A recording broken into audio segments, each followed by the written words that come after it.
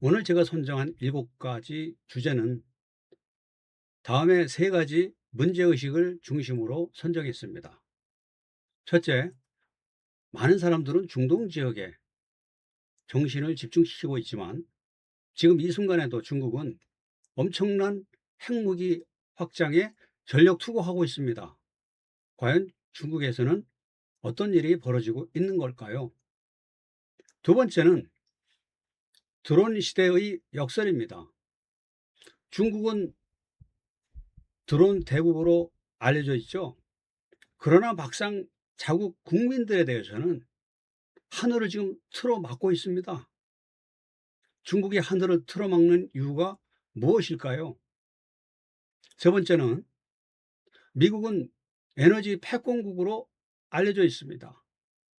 중동 전쟁도 에너지 의존도가 낮기 때문에 가능했다고 많은 전문가들은 말합니다. 과연 그럴까요? 에너지 패권국 미국과 관련된 오해와 진실을 살펴보도록 하겠습니다. 다음은 제가 방금 전에 말씀드린 3가지 문제의식을 기초로 글로벌 데스크가 선정한 7개 뉴스를 차례차례 설명드리도록 하겠습니다. 첫 번째, 모두가 중동 지역에 집중하고 있는 사이에 중국의 핵무기에 어떤 일이 벌어지고 있을 마지막,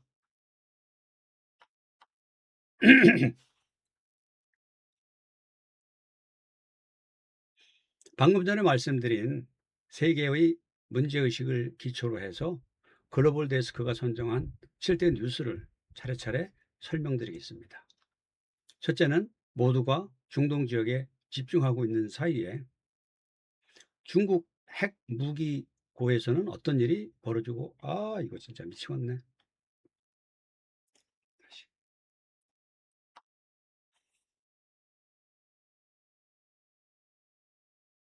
다음은 제가 방금 말씀드린 3가지 문제의식을 기초로 글로벌 데스크가 선정한 7대 뉴스를 차례차례 살펴보겠습니다.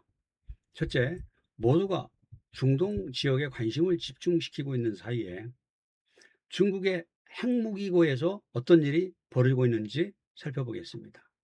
두 번째는 호르무즈 위기와 미국의 나토 탈퇴 시나리오. 세 번째는 군수 초강대국으로 성장한 우크라이나와 관련된 사항. 그리고 네 번째는 격추된 미군 전투기 조종사가 그야말로 극적으로 생還한 스토리를 살펴보고, 다음 이란은 호르무즈 해협을 무기로 삼아 이곳에 톨부스를 세워서 지나가는 선박들의 통행세를 받는 그러한 돈벌이에 나서고 있습니다. 또한 중국은 드론 대국으로 알려져 있죠. 그런데 막상 자기 나라 국민들에 대해서는 하늘을 틀어막고 있습니다. 어떤 일이 벌어지고 있는 것일까요? 마지막으로 미국은 에너지 대국으로 알려져 있습니다. 그러나 호르무즈 해협 사태로 인해서 미국 국민들도 엄청난 고통을 겪고 있습니다. 에너지 패권국 미국과 관련된 오해와 진실을 알아보도록 하겠습니다. 첫 번째 순서입니다. 방금 말씀드린 대로 전 세계가 중동에 집중하는 사이에 중국 핵무기고에서 심상치 않은 일이 벌어지고 있습니다. 보다 구체적으로 말씀드려서 스촨성에 위치한 906 기지라고 하는 곳에서 거대한 지하 돔이 포착이 됐습니다. 바로 오른쪽에 있는 엄청나게 큰 돔을 말합니다. 위성 사진을 분석한 결과 중국이 대대적인 핵무기 현대화를 추진하고 있는 것으로 파악이 되고 있습니다. 테니스장 13개 크기의 엄청난 규모인데요. 여기에 고준위 방사능 물질이 취급되고 있는 그런 시설로 추정이 되고 있습니다. 이것은 단순한 핵무기고 확장이 아니라 기반 기술 자체를 완전히 뜯어고치는 근본적인 대수술로 평가가 되고 있습니다.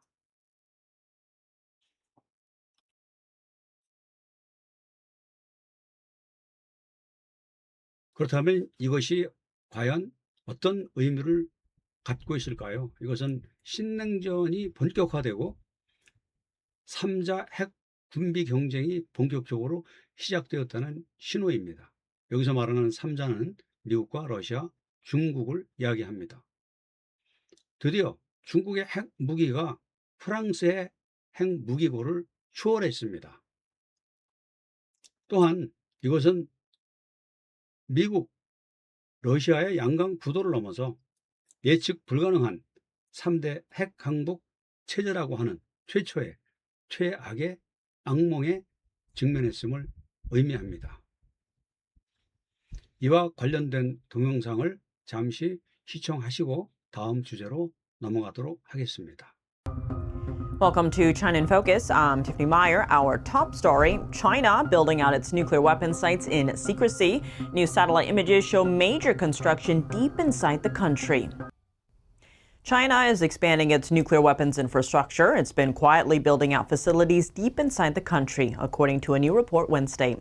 Satellite images show entire villages in western China have been cleared since 2022. They've been replaced with construction tied to nuclear production sites in Sichuan province. 두 번째 주제는 호르무즈 위기와 미국의 나토 탈퇴 시나리오에 대해서 알아보도록 하겠습니다. 공교롭게도 호르무즈 해협 사태는 나토의 실존적 위기로 비화하고 있습니다. 이유는 미국의 일방적인 이란 공격과 동맹국들의 참전 거부로 촉발이 되어 있죠. 이것은 9/11 테러 이후로 최초로 대서양 동맹, 다시 말해서 미국과 유럽 간에 어떤 전면적 군사적, 정치적 면에서 균열이 발생했다는 것을 의미합니다. 미국이 안보 우산을 철수할 움직임을 보이자 유럽이 독자 생존의 길을 모색하기에 분주합니다.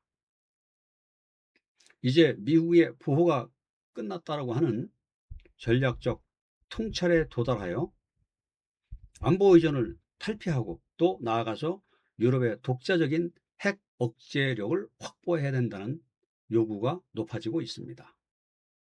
다음은 우크라이나 전쟁을 계기로 군소 초강대국으로 성장한 우크라이나를 주목할 필요가 있습니다.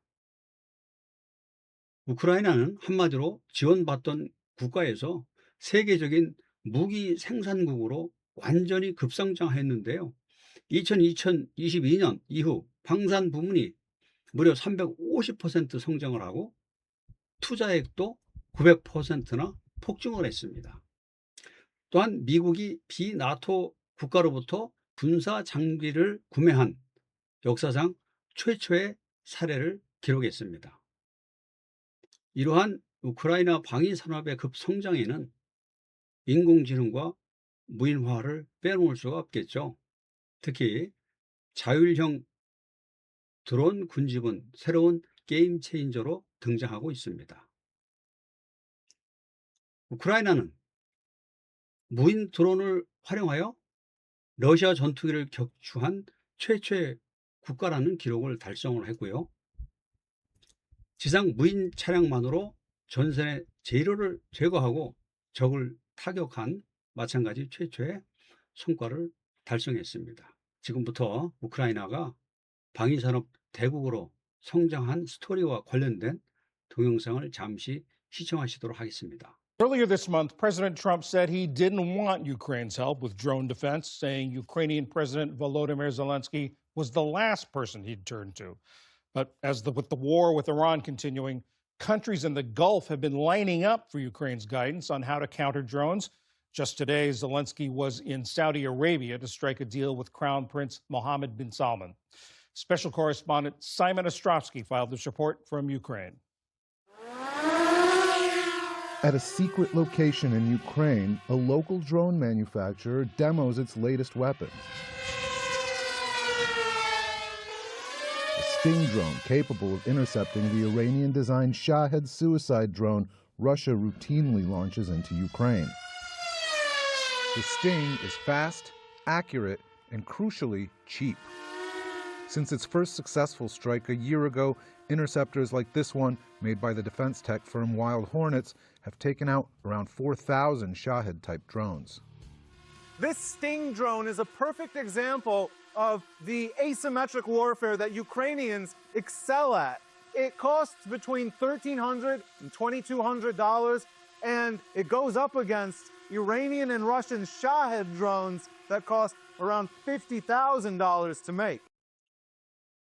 다음 주제는 격추된 미군 전투기 조종사가 기적적으로 생還한 스토리를 잠시 설명드리겠습니다. 이란 상공에서 추락한 F-15 전투기는 최초의 미군 유인 전투기 손실로 기록되고 있습니다.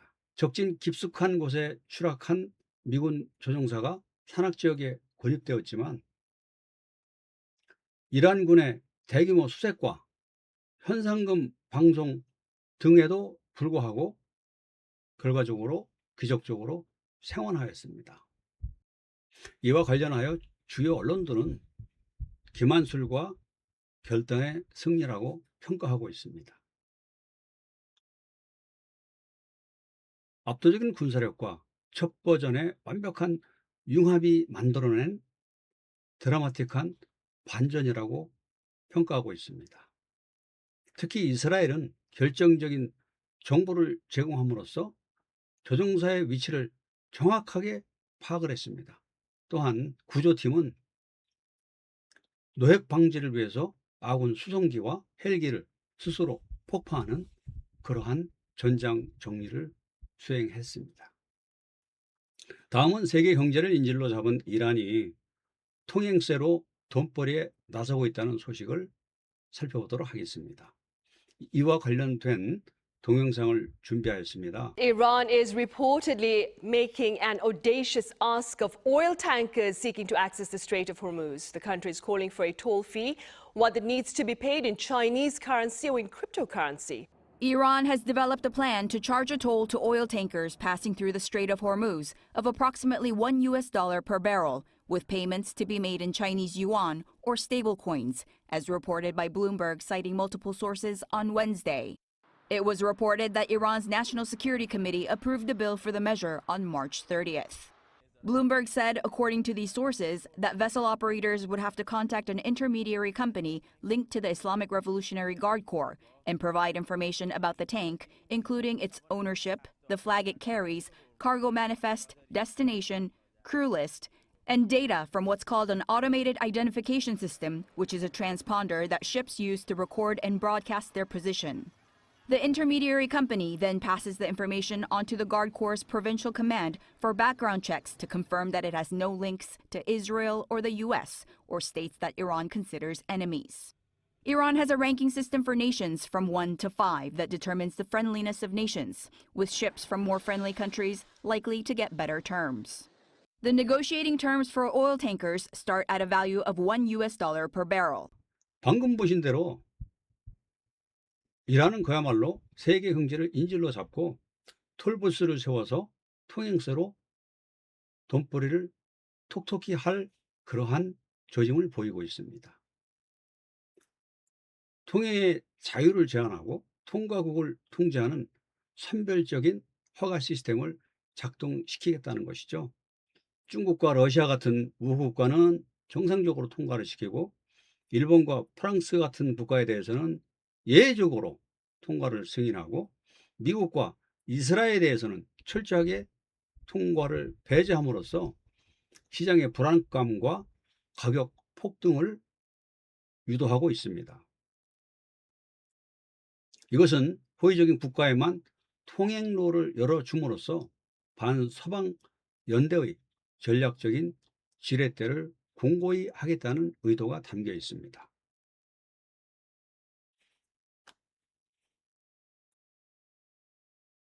그 배후에는 달러 패권을 우회하는 그림자 금융 네트워크, 특히 중국 위안화 결제망이 뒷받침하고 있습니다. 최대 원유 수입국인 중국과의 거래에서는 달러를 사용하지 않고 위안화 결제 비중을 급격히 확대하고 있습니다. 이것은 단순한 제재 회피를 넘어서 다국화된 새로운 금융 질서의 거대한 시작을 암시한다고 볼 수 있겠습니다. 다음은 왜 드론 대국 중국이 자기 나라 하늘을 한사코 막으려 하고 있는지에 대해서 알아보도록 하겠습니다. 드론 대국 중국이 역설적으로 자국의 하늘을 틀어막고 있습니다.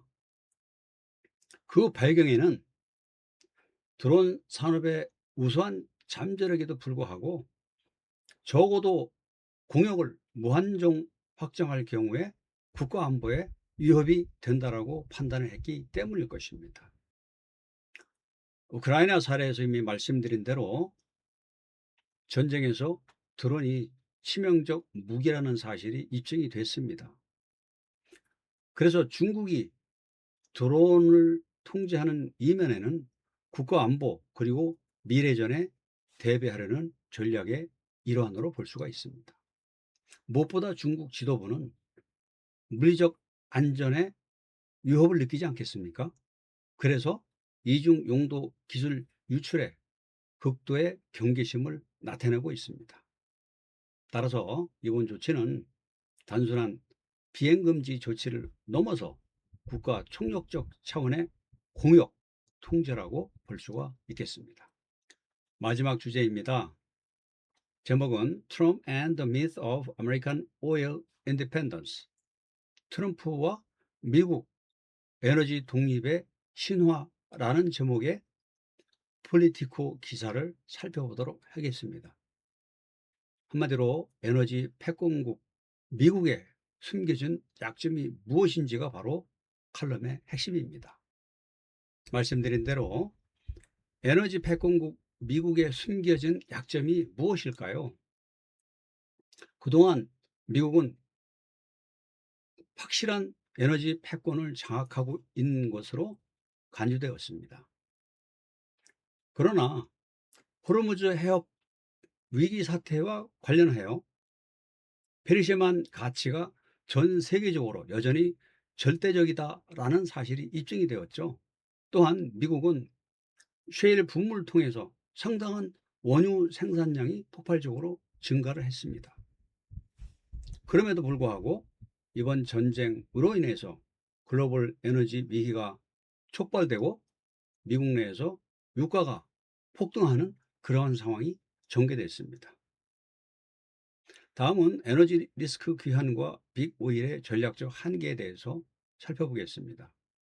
과거 미국의 외교 정책과 에너지 자본은 역사적으로 불가분한 관계에 있었습니다. 예를 들어 1980년대 카터 독트린을 시작으로 해서 미국은 페르시만 보호를 위해서 군사력을 투입하겠다는 의지를 천명했습니다. 그 이후에 미국의 원유 생산량이 늘어나면서 중동의 의존도로부터 벗어났다는 그러한 생각을 갖게 되었습니다. 그러나 중동 전쟁 이후에 벌써 석유 자본들이 다시 이라크를 비롯한 주요 거점으로 속속 되돌아가는 그러한 모습을 보이고 있죠. 또한 지정학적 프리미엄이 상승함에 따라서 이것이 미국 경제의 직접적인 타격으로 연결되고 있습니다. 결론적으로 진정한 에너지 패권은 고립이 아니라 글로벌 시장의 절대적 안정적인 통제에서 비롯된다라고 하는 교훈이 도출될 수가 있겠습니다. 이것으로 오늘 준비된 순서를 모두 마치도록 하겠습니다.